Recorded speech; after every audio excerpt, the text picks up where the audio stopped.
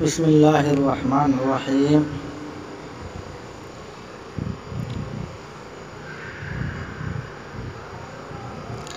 وسور الکلب والخنزیر وسباع البہائم نجس،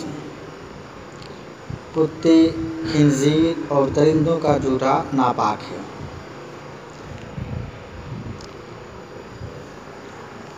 اس سے پہلے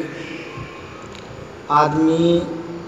اور ما یؤکل لحمہ یعنی حلال جانوروں کے جھوٹے کا حکم بیان کیا گیا تھا، اور آج کے سبق میں کتا، خنزیر، سباع البہائم یعنی درندے اور جو ناپاک اور نجس جانور ہیں ان کے جھوٹے کا حکم بیان کرتے ہیں کہ ان سب کا جھوٹا ناپاک ہے۔ اگر کتا، خنزیر یا درندے وغیرہ کسی برتن میں منہ ڈال دے یا کسی پانی میں منہ ڈال دے تو اب اس برتن کو بغیر دھلے اور اس پانی کو استعمال کرنا جائز نہیں ہوگا۔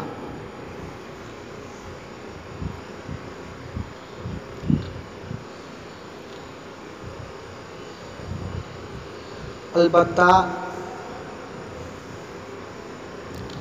امام مالک رحمۃ اللہ علیہ کے نزدیک، اسی طرح سے اہل ظواہر کے نزدیک کتے کا جوڑا پاک ہے۔ یہ حضرات دلیل یہ دیتے ہیں کہ نبی کریم صلی اللہ علیہ وسلم کے زمانے میں کتے مسجد نبوی کے اندر داخل ہو کر کھیلا کرتے تھے، پس صحابہ کسی بھی حصے کو نہیں دھوتے تھے۔ کانت الکلاب تقبل وتدبر زمان رسول اللہ صلی اللہ علیہ وسلم فی المسجد فلم یکونوا یرشون شیئا من ذلک، کہ کتا کھیلتے مسجد میں لیکن صحابہ اس کو دھوتے نہیں تھے، اس پہ پانی نہیں چھڑکتے تھے۔ اس سے معلوم ہوا کہ کتا پاک ہے، کیونکہ کتے کی عادت ہے کہ چلتے پھرتے وہ لعاب ٹپکاتا ہے، تو ظاہر سی بات ہے کہ جب مسجد میں وہ کھیلتا کودتا تو وہاں پر بھی وہ لعاب گراتا، اور ناپاک جانور کا لعاب بھی چونکہ ناپاک ہوتا ہے، لہذا کتے کو اگر ناپاک مانا جائے گا تو پھر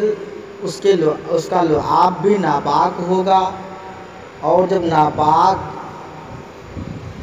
کسی جگہ میں گر جائے تو اس کو پانی سے بہا کر صاف کرنا ضروری ہوتا ہے پاکی کے لیے، لیکن صحابہ ایسے نہیں کرتے تھے، جس سے معلوم یہ ہوا کہ کتے کا جوٹا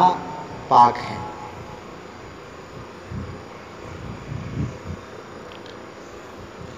احناف اس کا جواب یہ دیتے ہیں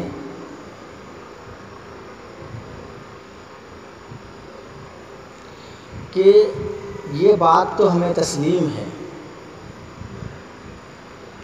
کہ ناپاک جانوروں کا لعاب بھی ناپاک ہے، اگر کسی جگہ وہ گر جائے تو وہ جگہ ناپاک ہو جائے گی، لیکن اس کو پاک کرنے کے لیے پانی کا بہانا ضروری نہیں ہے۔ یعنی بعض ناپاکی ایسی ہوتی ہیں کہ جس کو پانی بہائے بغیر پاک کیا جا سکتا ہے، جیسے لعاب ہے یا پیشاب وغیرہ کسی مٹی کسی زمین پر لگ جائے اور سورج کی گرمی سے تپش سے وہ خشک ہو جائے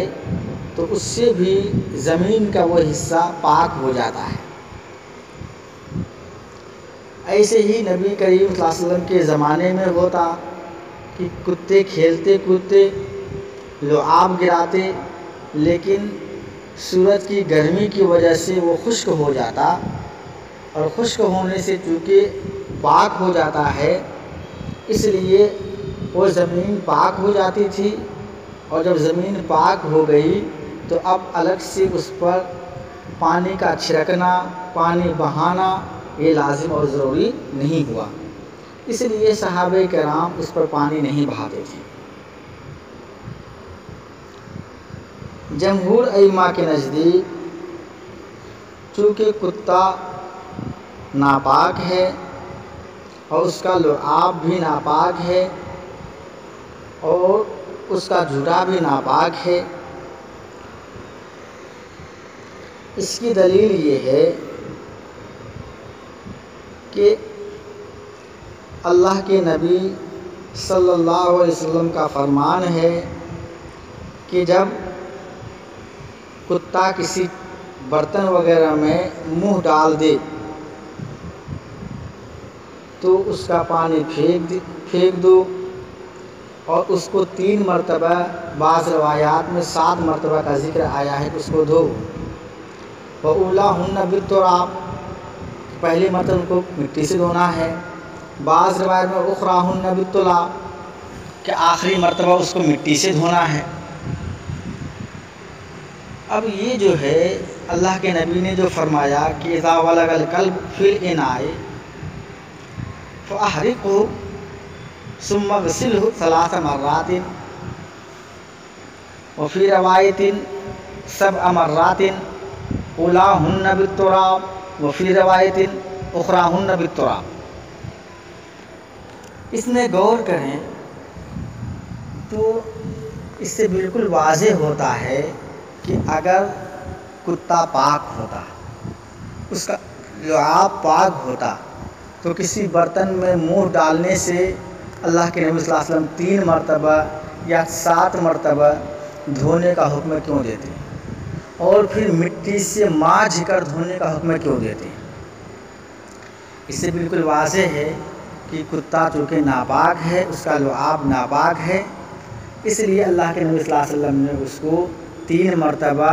اور یا 7 مرتبہ دھونے کا حکم دیا، اور مٹی سے دھونے کا حکم دیا۔ آج کے زمانے میں مٹی کا متبادل صابن ہے، سرف وغیرہ ہے، ان سے دھونے کا حکم دیا تاکہ وہ اچھی طریقے سے پاک اور صاف ہو جائے۔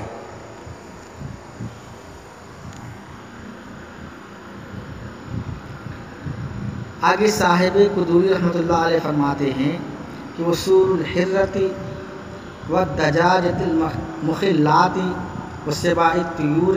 وما يسكن في البيوت مثل الحیۃ والفارۃ مکروہ، کہ بلی کا جھوٹا، والدجاجۃ المخلہ، اور کھلی مرغی کا جھوٹا، اور شکاری پرندوں کا جھوٹا، وما يسكن في البيوت، اور گھروں میں رہنے والے جانوروں کا جھوٹا، مثل الحیۃ جیسے سانپ، والفارۃ چوہا، مکروہ ہے۔ اب یہاں سے بتلاتے ہیں کہ بلی کا جھوٹا، اسی طریقے سے مرغی دیکھیے، مرغی 2 طرح کی ہوتی ہیں، ایک تو الدجاجۃ المخلات، کھلی مرغی، دیسی مرغی جو گھروں میں پالی جاتی ہے اور وہ آزاد رہتی ہے، وہ گندگیاں وغیرہ کھاتی ہیں،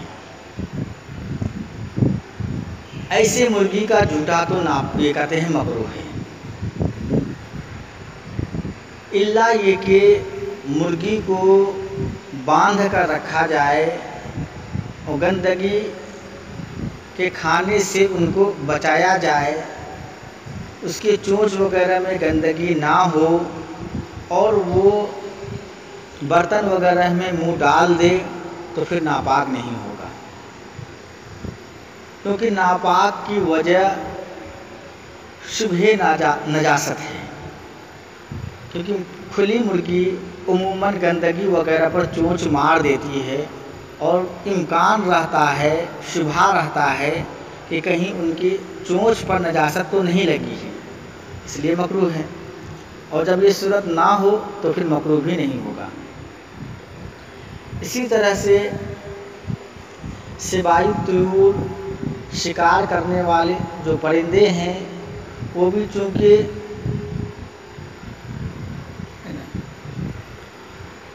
ہر پاک اور ناپاک چیزوں کا شکار کر لیتے، اور جب وہ پاک اور ناپاک چیزوں کے شکار کر لیتے ہیں تو اس کے چونچ میں بھی ناپاکی کے لگنے کا امکان رہتا ہے، لہذا اس کا جوتا بھی ناپاک ہوگا۔ یہاں پر بھی وہی صورت ہوگی کہ اگر کسی شکاری پرندے کو باندھ کر رکھا جائے، اس کو پالتو بنا لیا جائے اور اس کے چونچ پر گندگی نہ ہو، گندگی سے اس کو بچایا جائے، اور پھر وہ شکاری پرندے برتن وغیرہ میں منہ ڈال دے تو مکروہ بھی نہیں ہوگا۔ اسی طریقے سے سانپ، چوہا وغیرہ، چونکہ یہ سب جو ہے یہ سواکن البیوت میں سے ہی گھروں میں رہنے والے ہیں، اور ان سے آدمی کا احتیاط کرنا بڑا مشکل ہے، اس لیے ان کا جوتا مکروہ ہوگا۔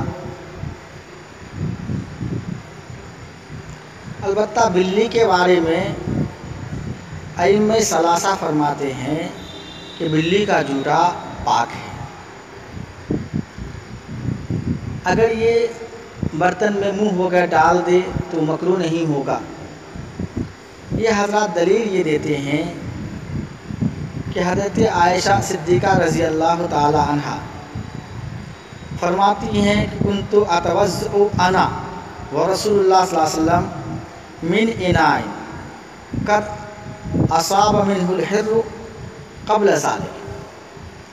کہ میں اور رسول اللہ صلی اللہ علیہ وسلم اس برتن سے وضو کرتے جس برتن میں پہلے بلی نے منہ ڈال دیا ہے، اور اسی برتن سے ہم وضو کرتے۔ اگر بلی کا جوتا مکروہ ہوتا تو پھر اللہ کے نبی صلی اللہ علیہ وسلم اس سے وضو نہیں کرتے۔ احناف اس کا جواب یہ دیتے ہیں کہ اس روایت اور اس جیسی جتنی روایات ہیں جن سے یہ پتہ چلتا ہے کہ بلی کا جوتا پاک ہے، وہ ساری کی ساری روایات بیان جواز پر محمول ہیں۔ بیان جواز کا مطلب یہ ہے کہ اگر بلی کسی پانی میں منہ ڈال دے تو وہ اس پانی سے وضو کرنا، غسل کرنا بہرحال جائز ہے۔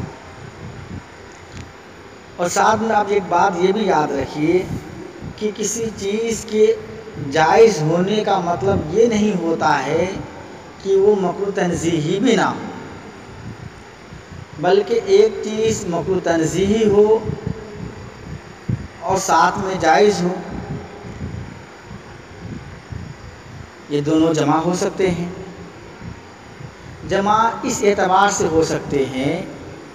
کہ آپ ایک بات یاد رکھیے کہ ایک چیز ہے مکروہ تنزیہی، دوسری چیز ہے مکروہ تحریمی،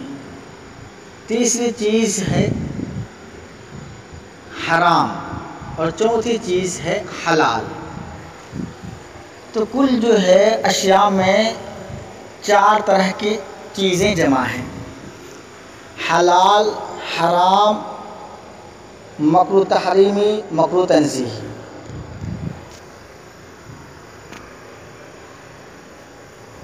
حلال کا مطلب کیا ہے کہ جس پر صراحتاً نص موجود ہو اس کی حلت پر۔ حرام کا مطلب یہ ہے کہ جس کی حرمت پر صراحتاً نص موجود ہو۔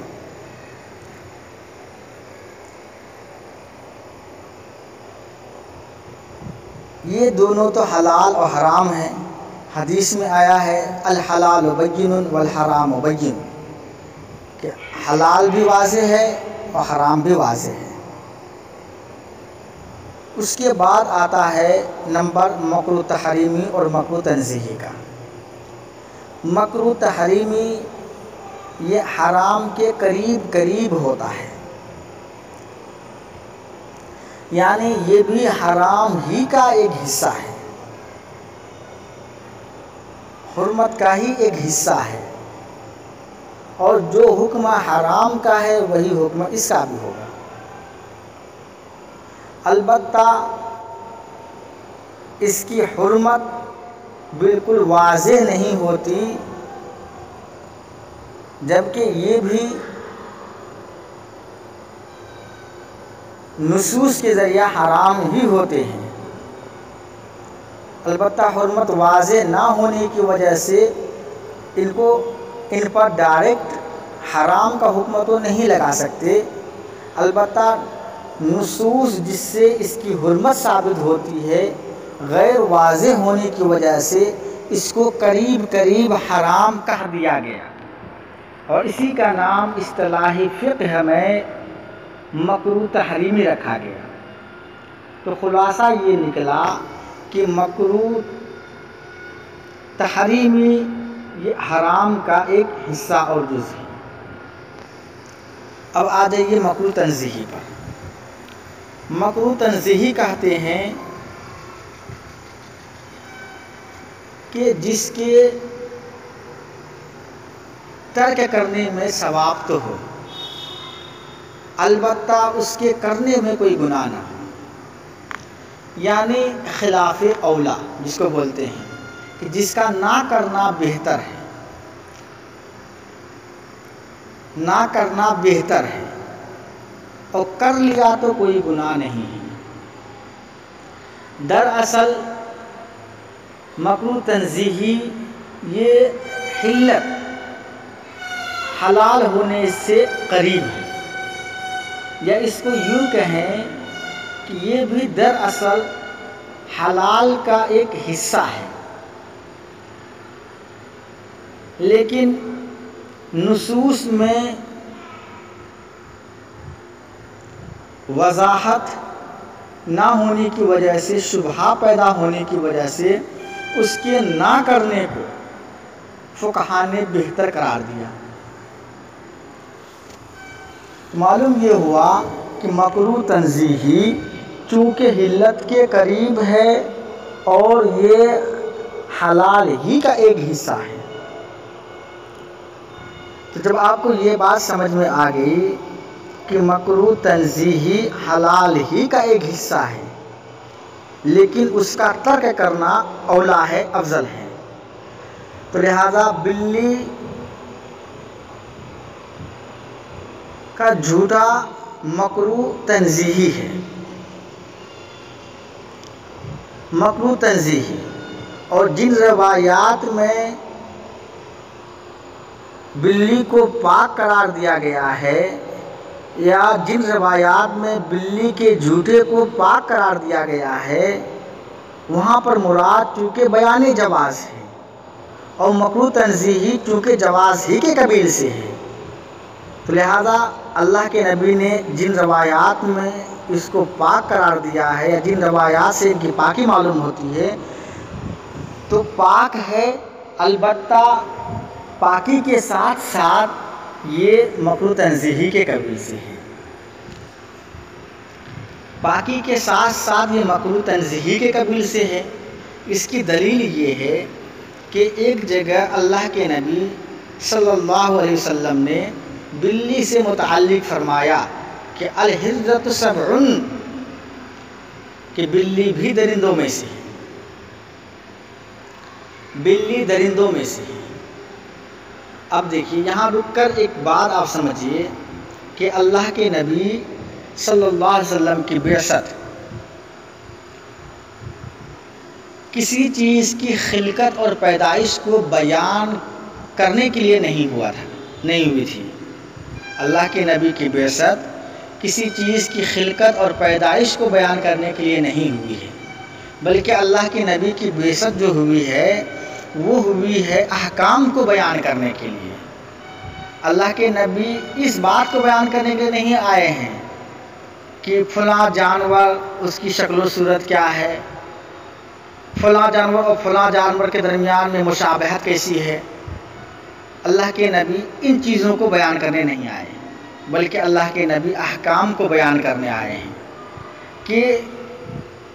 کن جانوروں کی کن چیزوں کا کیا حکم ہے۔